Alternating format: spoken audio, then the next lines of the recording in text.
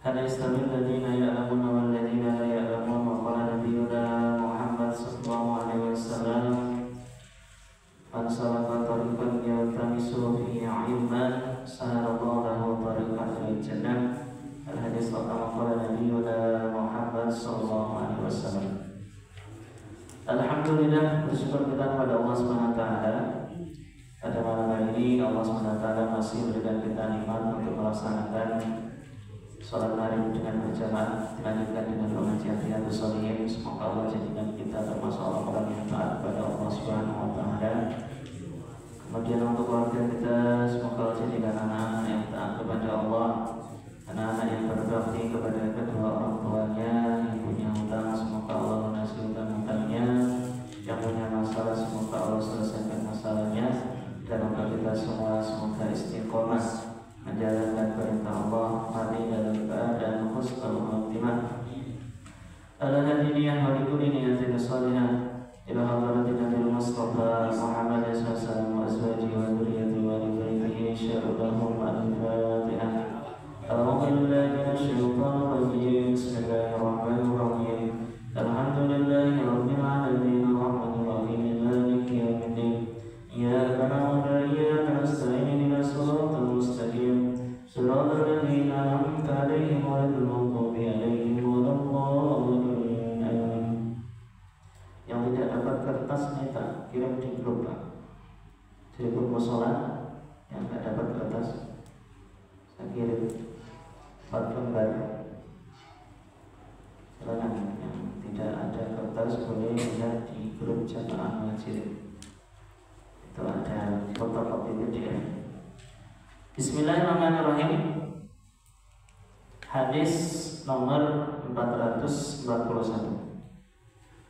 Kapanpun engkau datang kepada Allah, maka Allah SWT akan tetap menerima taubatmu. Jadi ini masih pembahasan bab rojak, tentang harapan kita kepada Allah Subhanahu wa Ta'ala. Ya. Jadi orang kalau berharap kepada Allah, insya Allah hidupnya lebih tenang.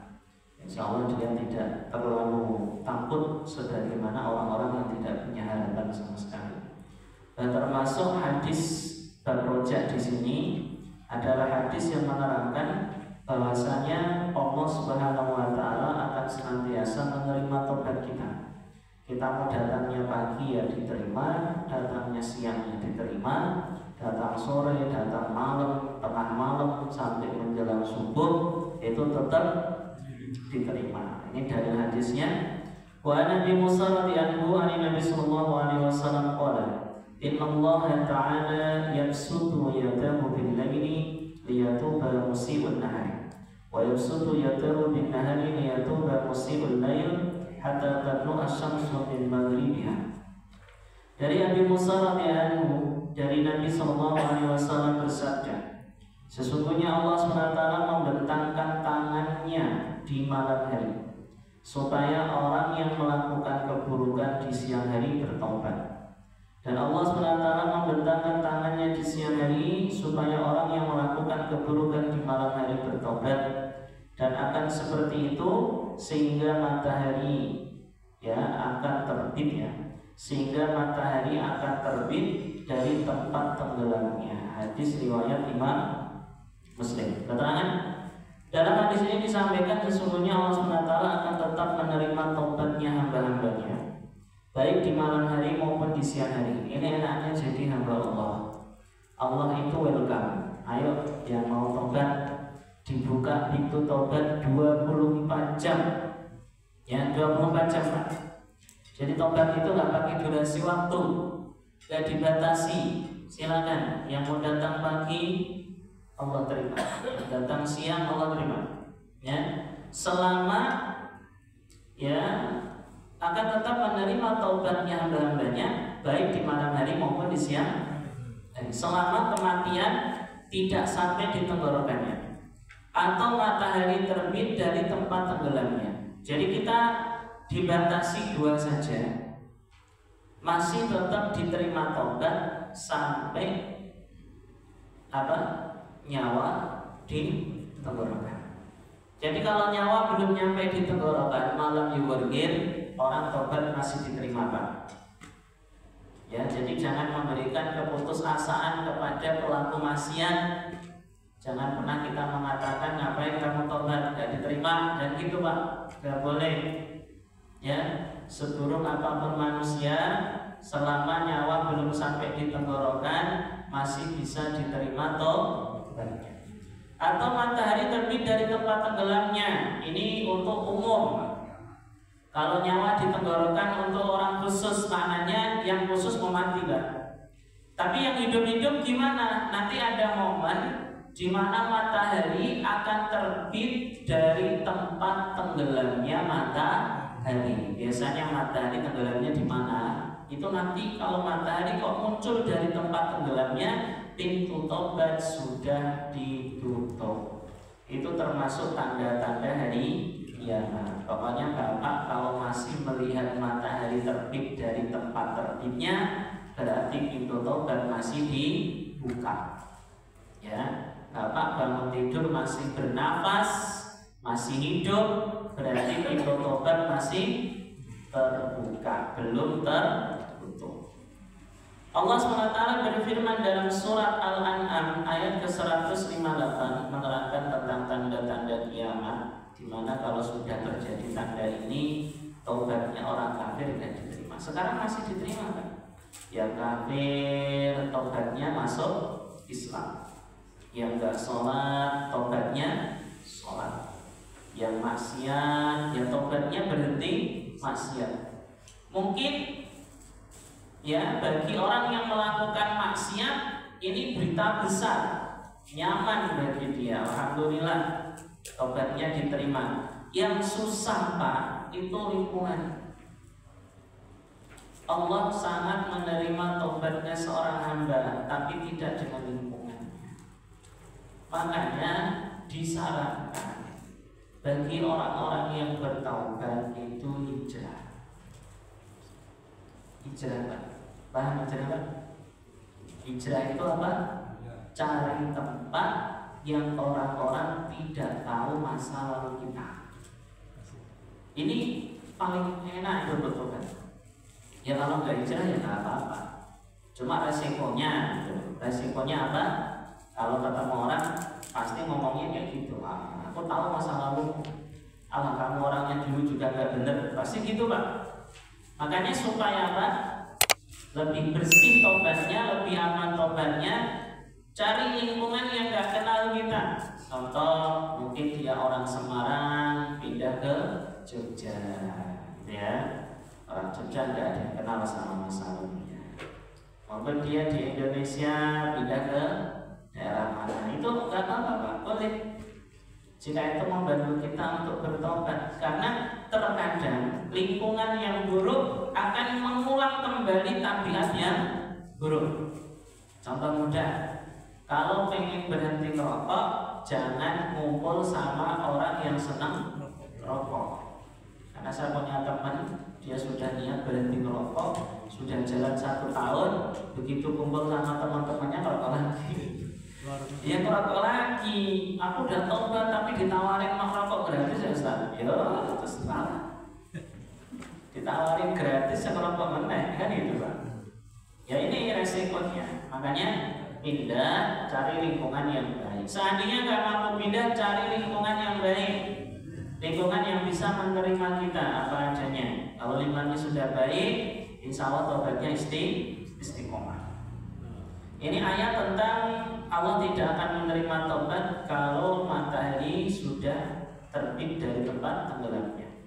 Yauma ya'ti ba'du ayati rabbika la yanfa'u nafsan imanuha lam takun amanat min qablu aw kasabat fi imaniha khaira.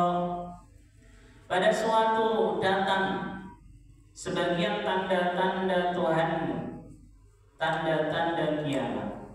Tidak berguna lagi iman seseorang yang belum beriman sebelum itu. Pada suatu hari ya, datang sebagian tanda-tanda Tuhanmu, tanda-tanda kiamat.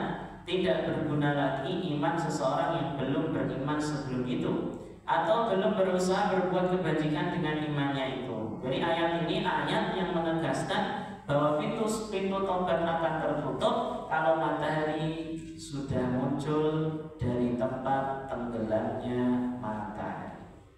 Hadis ini juga menjadi harapan untuk kita semua, bahwa kapanpun kita ingin bertobat, maka Allah akan tetap menerima tobat kita selama belum datang 2 hal yang menutup pintu tobat seseorang. Maka janganlah seseorang tertipu dengan ucapan setan yang mengatakan pintu tobat sudah tertutup. Tidak tutup, Pak. Jadi kalau kita ingin tobat, ada dia yang bilang, oh orang kayak kamu mah gak bakal bisa tobat. Nggak boleh. Itu omongan setan itu, Pak. La taqnatu min rahmatillah. Gak boleh putus asa dari rahmat Allah. Termasuk, Pak, termasuk kalimat seperti ini. Emang tobatnya diterima? Nah, ini juga kalimatnya setan. Setan itu akan senantiasa menanamkan keraguan, menanamkan was-was dalam hati manusia, sehingga manusia akan meninggalkan tobat. Ya nih, pintu tobat sudah tertutup, percuma tobat jika diulang lagi dan lain sebagainya. Yaitu ucapan-ucapan yang mengarahkan kita untuk meninggalkan tobat. Ya ini kan lingkungan, Pak. Kalimat ini kan muncul dari lingkungan. Ya sudah ke masjid, bener-bener pakai peci, pakai sarung, ketemu jamaah masjid, tumben. Nah ini tumben ke masjid. Udah tobat kamu? Ya Allah, orang mau tobat aja ya Allah digituin. Udah berhenti nakalnya, ya. Ya itu manusia, Pak. Manusia kayak gitu. Ya. Manusia yang dibisiki setan itu nggak senang lihat orang tobat. Bahkan ada orang yang sudah tobat pengen adzan nggak boleh adzan. Wah, jangan adzan, nggak sah adzanmu. Wah, Allah, segitunya loh, Pak. Astagfirullahaladzim. Mungkin kalau imam mungkin ya, Pak ya. Tapi orang maksiat yang tobat kan tetap boleh imamin, Pak. Ya nggak boleh, itu ahli maksiat. Kalau sudah tobat ya dosanya sudah bersih. Tapi kan dia dulu mantan ini, Ustaz. Ini susahnya ini. Yang paling susah terima orang tobat itu justru kadang orang-orang yang taat dulu, Pak. Orang-orang yang nggak pernah maksiat itu kadang yang susah terima orang tobat. Enak amat ini orang. Dulunya kayak gitu, tahu-tahu imamin. Ya kayak nggak terima dulu, Pak. Enak amat ini mau adzan-adzan aja, ya. Gak sah dan mau. Wah, ini kalimat-kalimat orang benci sama orang bertobat. Udah, Pak, itu bisikan setan semua itu. Ya jangan peduliin kalimat-kalimat itu. Ingat hubungan kita dengan Allah. Hubungan kita dengan Allah. Ya, dia mau terima silahkan, gak terima ya gak apa-apa. Tapi juga manusia. Jangan memaksa orang untuk menerima kondisi kita. Ustaz, saya punya tetangga masih gendut sama saya, itu sudah tobat, ya biarin kok, Pak. Dia manusia, ya punya sifat, punya karakter. Ada yang gampang terima tobat kayak Nabi. Ada juga sahabat yang lihat orang tobat agak kurang senang juga ada, Pak. Zaman Rasulullah padahal, ya itu manusiawi. Makanya jangan memaksa orang untuk menerima kita. Cukup kita dengan Allah Subhanahu wa Ta'ala. Yang penting yang kita lakukan tetap ingin berbuat baik, ingin kembali kepada yang benar. Omongan orang yang suka sindir dan sebagainya, Allah jangan dimasukkan ke dalam hati. Nah, ini kalimat sudah cukup lah. Yang penting Allah terima taubatku, karena Allah membuka pintu taubat dari pagi sampai maghrib, dari maghrib sampai subuh masih dibuka. Ayo, siapa yang mau tobat gratis, nggak bayar Pak tobat, Pak, nggak bayar, gratis. Ya, kita tidak seperti Bani Israel yang ketika mau tobat langsung ditawarin pakai golok. Ya. Bani Israel, Pak, itu kalau mau tobat maka harus ada satu orang soleh yang membunuh dia. Fakturu anfusakum. Ya, dalam surat Al-Baqarah, ketika orang-orang Bani Israel ingin tobat, maka Allah perintahkan orang soleh untuk membunuh orang yang tobat. Maka dimasukkan ke dalam satu ruangan yang gelap, ya, yang pengen tobat dibunuh sama yang soleh. Begitu Nabi Musa melihat kejadian itu, Nabi Musa nangis, Pak, nangis, karena melihat umatnya saling bunuh membunuh. Kok kayak gini nih sistemnya ini, ya. Akhirnya Nabi Musa bawa 70 orang untuk menyampaikan revisi syariat sampai diterima syariat. Ya, ini kita nggak seperti itu, untung ya Pak ya. Coba kalau tobatnya harus bunuh diri kan repot. Ya, habis kan manusia ini. Karena kebanyakan kita ini banyak dosanya. Ya, ini umat marhumah termasuk umat yang disayang Nabi, sayang Allah, sayang Nabi. Ya, tobatnya tidak perlu membunuh diri. Ya, semoga teman-teman kita, keluarga kita yang hari ini banyak melakukan maksiat, Allah terima tobatnya, Allah berikan hidayah agar senantiasa bertobat kepada Allah. Amin ya rabbal alamin.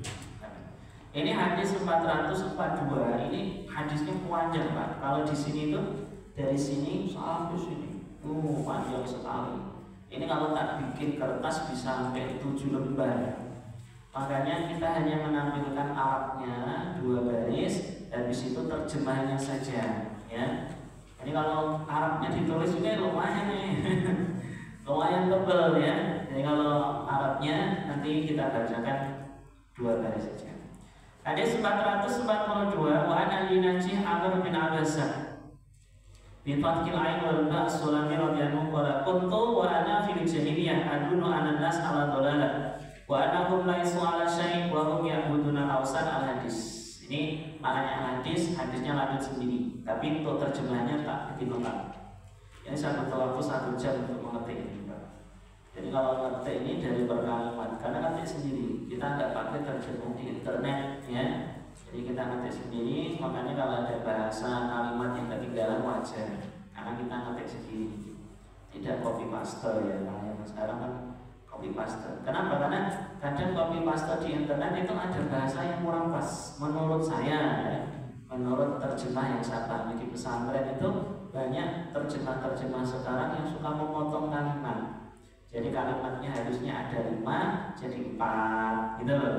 Harusnya ada 3 jadi 2. Itu kalau terjemah di internet gitu loh. Makanya lebih aman terjemah sendiri untuk terjemah hadis. Tapi untuk ayat-ayat Quran sudah ada terjemah paten dari depan ya. Jadi kita terjemah dari apa yang ada di kitab. Dari Abi Najih Amr bin Abbasah As-Sulami radhiyallahu anhu. Beliau berkata, dahulu aku di masa jahiliyah. Ini cerita masa lalunya Amr bin Abbasah, di mana Amr bin Abbasah ketika menyampaikan hadis ini kondisinya sudah sangat tua sekali. Sahabat sepuh lah bahasanya, sahabat yang sudah tua. Dahulu aku di masa jahiliyah, aku menyangka bahwa sesungguhnya orang-orang berada dalam kesesatan. Artinya, di saat Amr bin Abbasah belum masuk Islam, dia juga janggal Pak dengan kebiasaan orang kafir. Ini orang kafir kok udah sesat semua gitu loh. Dalam artian ada sahabat-sahabat yang sebelum masuk Islam gak pernah nyembah berhala. Di antaranya ini Amr bin Abbasah. Sebelum dia masuk Islam, semasa hidupnya di zaman jahiliyah, dia gak pernah nyembah berhala. Termasuk juga Abu Bakar. Abu Bakar semasa zaman jahiliyah, semasa Nabi belum diangkat menjadi Nabi, belum diutus menjadi Nabi, Abu Bakar tidak pernah menyembah berhala. Ini juga tidak pernah. Amr bin Abbasah itu malah bilang, ini orang sesat ini. Jadi tidak semua orang jahiliyah itu nyembah berhala. Tidak semua. Ada yang dari awal itu sudah dikasih otak yang waras gitu loh Pak. Dikasih hati yang bisa mikir. Kalau nyembah berhala itu gak benar gitu loh. Ya, ini hadisnya. Aku menyangka bahwa sesungguhnya orang-orang berada dalam kesesatan. Berarti Amr bin Abbasah itu tidak melakukan kesesatan itu. Apa bentuk kesesatannya? Di lembar kedua kita baca. Dan sungguh adanya orang-orang tidak memiliki pegangan apapun. Artinya tidak punya kitab, tidak punya buku pedoman. Jadi ngawur aja gitu. Sedangkan mereka menyembah berhala.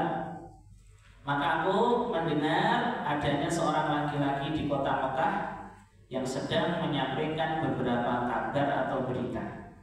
Jadi Nabi Muhammad Pak, walaupun tinggal di Mekah, tapi viralnya itu sampai luar Mekah. Ini Nabi.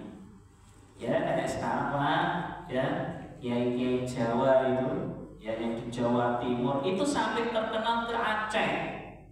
Kiai-kiai top itu Pak, nggak punya internet, nggak punya HP, tapi namanya itu seluruh Nusantara kenal semua. Ini Nabi Muhammad juga sama ini. Walaupun beliau tinggal di Mekah, tapi Rasul ini terkenal Pak, masyhur namanya, masyhur, terkenal Nabi. Kabar terkenalnya itu sampai keluar kota Mekah. Lalu aku menaiki kendaraanku dan aku pun menuju ke laki-laki tersebut. Wah, ini orang-orang dapat hidayah itu kayak gini nih. Dengar doang langsung nyari kendaraan, langsung menuju ke lokasi.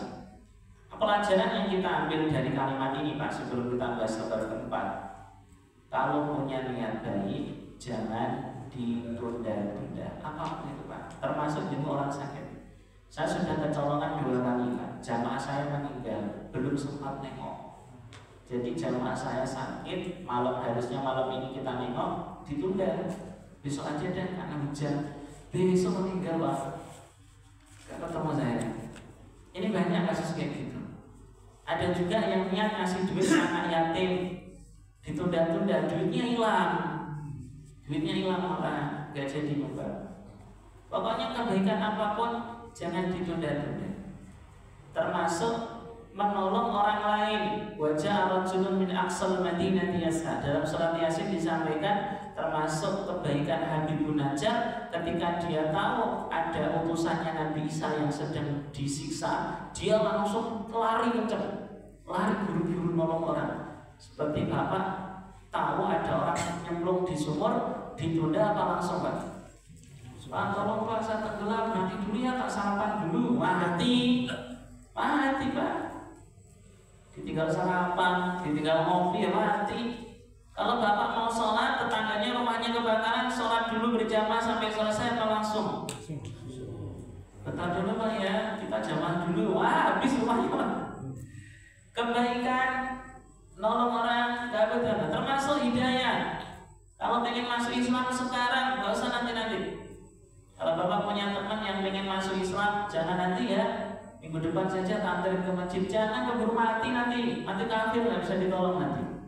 Kalau dia pengen masuk Islam hari ini juga, ayo diantar, buru-buru diantar ke masjid, cari orang, cari saksi, ini orang masuk Islam. Jangan ditunda-tunda, takutnya kalau tunda-tunda keburu mati. Kalau sudah mati kafir nggak bisa ditolong Pak. Kita nggak bisa nolong, Nabi Muhammad nggak bisa. Karena syafaat Nabi hanya untuk orang yang beriman saja. Tak ada lagi. Dan ketika itu Rasulullah SAW sedang bersembunyi. Ini Mekah masih minoritas. Sementara kaumnya berani kepadanya. Maka aku pun membuntuti beliau sehingga aku bertemu dengannya di Mekah. Maka aku bertanya kepadanya, siapakah engkau? Nah, gak kenal kan? Siapa engkau? Dia menjawab, aku adalah seorang nabi. Aku bertanya lagi, nabi itu apa? Loh, ada yang kenal nabi Pak?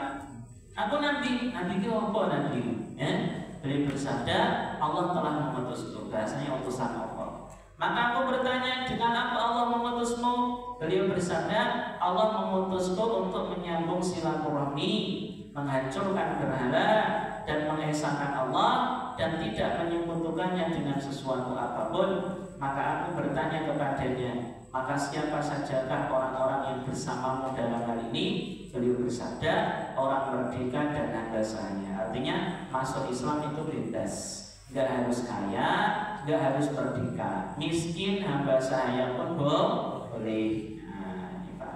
Dan bersama dengan baginda Nabi saat itu ada Abu Bakar dan Bilal radhiyallahu anhu. Itu kebetulan Pak.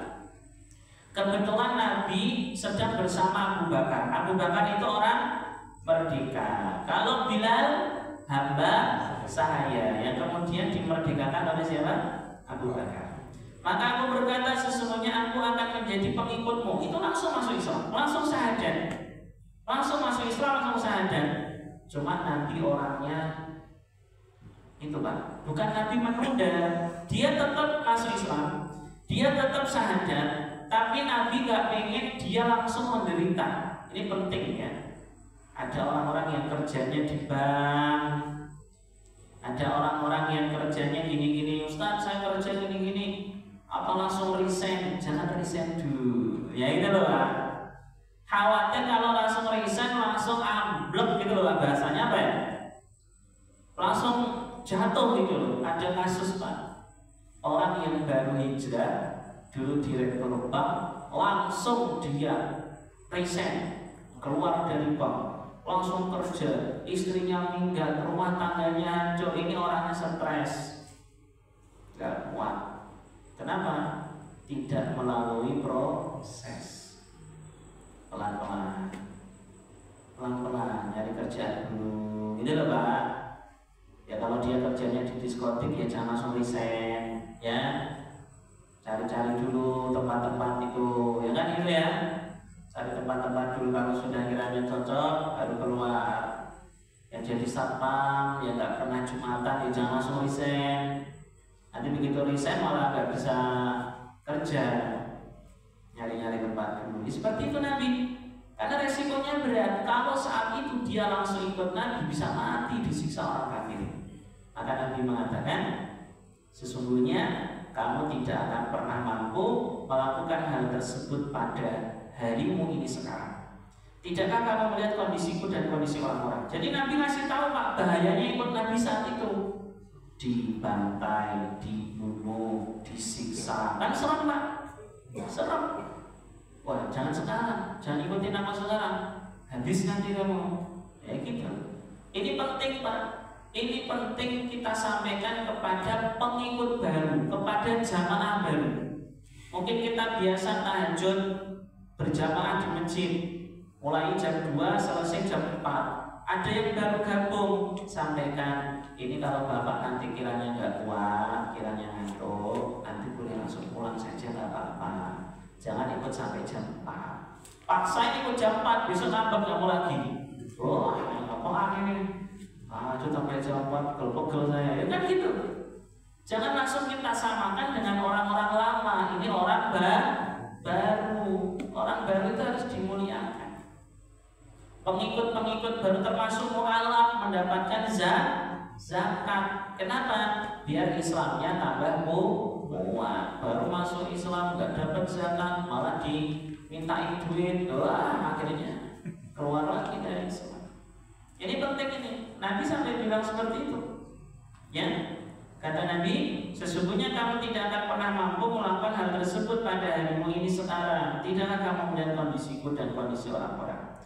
Namun sebaiknya kamu pulang ke keluargamu, suruh balik Pak. Dan jika kamu mendengar bahwa aku sudah mendapatkan kemenangan, maka datanglah kepadaku. Maka aku pun pergi menemui keluargaku, dan Rasulullah SAW sampai di Madinah. Dan pada saat itu aku masih bersama dengan keluargaku. Maka aku pun memulai untuk mencari berita dan kabar. Dan aku bertanya kepada orang-orang ketika beliau sampai di Madinah. Sehingga ketika rombongan keluargaku telah tiba di Madinah, aku bertanya apa yang dilakukan oleh seseorang laki-laki ini yang telah sampai di Madinah. Maka orang-orang berkata, orang-orang bergegas menemuinya. Jadi Nabi begitu sampai di Madinah langsung ada Tala'al badru alaina min saniyatil wada. Itu udah orang-orang pada kumpul semua, kepengen ketemu Rasulullah. Karena Pak, pada tahun 10 kenabian, Nabi di Mekah selama 10 sampai 11 tahun, orang-orang Madinah itu sudah banyak yang masuk Islam. Jadi mereka nunggu Nabi itu sampai durasi 2 tahun. Maka begitu Nabi hijrah ke Madinah, itu senangnya kayak apa Pak? Ditunggu 2 tahun, tiba-tiba datang, senang kayak apa itu? Ya Allah, akhirnya datang juga kekasih kita. Makanya senang banget itu, yang anak kecil, yang orang tua, anak muda, sampai disambut dengan Tala'al badru alaina, ya. Dan sungguh kaumnya menginginkan untuk membunuhnya, namun mereka tidak mampu melakukannya. Siapa mereka kaumnya? Ya Abu Jahal dan teman-temannya kan. Nabi dikepung di rumahnya, ingin dibunuh rame-rame, tapi tetap gak akan bisa membunuh baginda Nabi Muhammad SAW.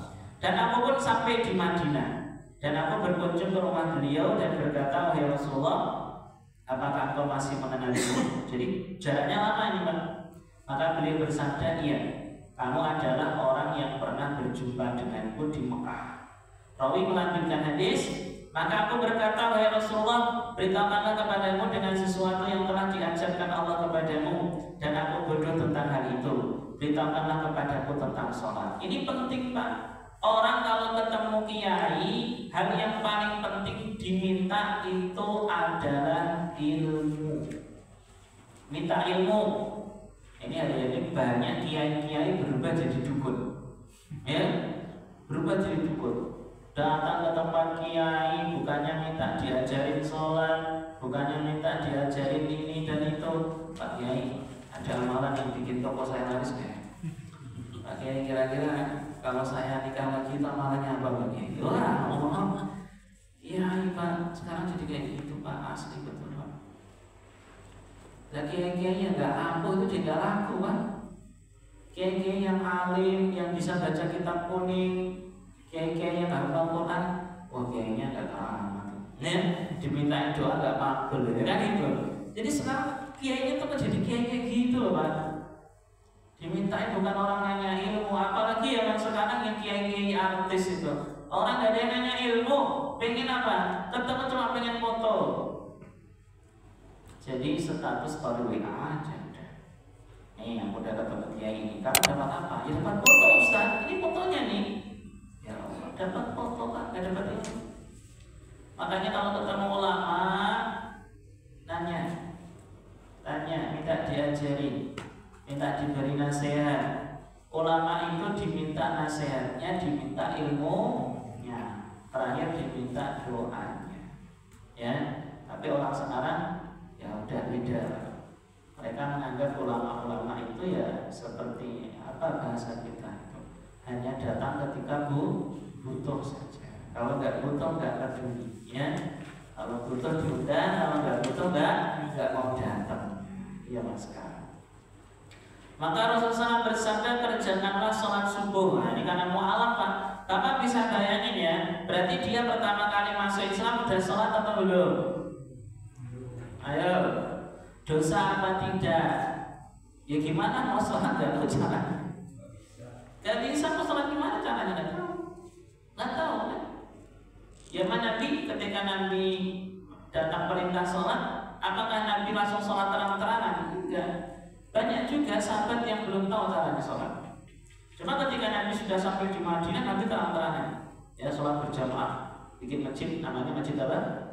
Kuba. Ya pertama kali. Terus baru bikin masjid Nabawi. Ini diajarin, kerjakanlah sholat subuh. Jadi pertama sholat itu subuh. Hitungannya berarti subuh, duhur, asar, maghrib, isya. Hitungannya apa?